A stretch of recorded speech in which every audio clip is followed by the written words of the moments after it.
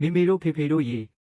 ဒီဗီဒီယိုမှာမွေးကိစ္စကလေးနဲ့ကလေးငယ်လေးတွေအတွက်အထီရောက်ဆုံးလေထုံနည်း၃မျိုးကိုအချိန်ပြည့်အသေးစိတ်ရှင်းပြပေးသွားမှာဖြစ်ပါတယ်။နောက်ဆုံးနည်းကအရေးကြီးဆုံးဖြစ်တာကြောင့်အကုန်လုံးအဆုံးအထိဂရုတစိုက်ကြည့်ပေးပါနော်။ Like နဲ့ Subscribe လုပ်ဖို့မမေ့ပါနဲ့နောက်ထပ်အကျိုးရှိမဲ့မိဘနဲ့ကလေးပြုစုစောင့်ရှောက်မှုဆိုင်ရာဗီဒီယိုတွေအတွက်စောင့်မျှော်နေပါမယ်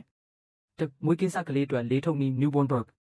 မွေးဆက်ကလေးတွေမှာနှုတ်တိုက်ပြီးချိန်လေထွက်ဖို့ခက်ခဲတတ်တာသဘာဝပါ။တင့်ပခုံးပေါ်မှာကလေးကိုမှောက်ချပါ။လက်တစ်ဖက်နဲ့ဦးကောင်းနဲ့လယ်ပင်ကိုပံ့ပိုးပေးထားပါ။အခြားလက်နဲ့ညင်ညင်တသာပုတ်ပေးပါပုတ်တန်ကပုတ်ပုတ်မဟုတ်ပဲပပဖြစ်တင်ပါတယ်လေထွက်တဲ့အထိနဲ့3မိနစ်ဆက်လုပ်ပေးပါတခါတလေအီးဆိုတဲ့အတန်သို့မဟုတ်လို့နည်းနည်းပြန်ထွက်လာနိုင်ပါတယ်တိထားရမယ့်အချက်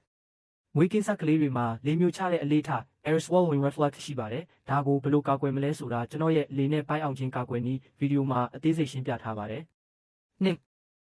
ဖေဖေတို့အတွက်လေထုတ်နည်း daddy bird ကလေး3 4လအရွယ်ရောက်လာရင်ဒီနည်းကအထူးထိရောက်ပါတယ်အစင်စင်လှုပ်ဆောင်နည်းကလေးကိုတင့်ပေါင်ပေါ်မှာဝမ်းလျားမှောက်ချပါလက်တစ်ဖက်နဲ့မေးစေးနဲ့ဦးကောင်းကိုထောက်ထားပေးပါအခြားလက်နဲ့ကြောရိုးတစ်လျှောက်အောက်ကနေအပေါ်ကိုညင်ညင်တတာပုတ်တက်ပေးပါတခါတလေပေါင်ပေါ်မှာတီးချင်းစီချက်နဲ့ညင်ညင်တတာလှုပ်ပေးပါအထူးအကြံကလေးအာယုံမဆိုင်ဘူးဆိုရင်လက်ခုပ်တီးပြီးအာယုံပြောင်းပေးနိုင်ပါတယ်3 magic move အထူးထိရောက်ဆုံးနည်း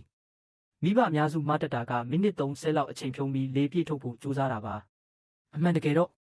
ကလေးတွေမှာလေမျိုးချတာတဘာဝကျပါတယ်။လေအားလုံးထွက်ဖို့မလို့အစာချေစနစ်ကနေတဘာဝအတိုင်းထွက်သွားအောင်ကူညီပေးရမှာပါ။ Magic move လုပ်နည်း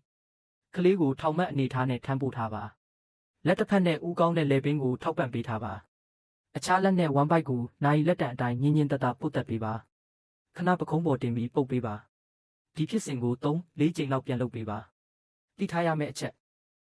ဒီနည်းကမွေးကင်းစကနေ6လအရွယ်ထိအားလုံးအတွက်အသုံးဝင်ပါတယ်။မိကုံ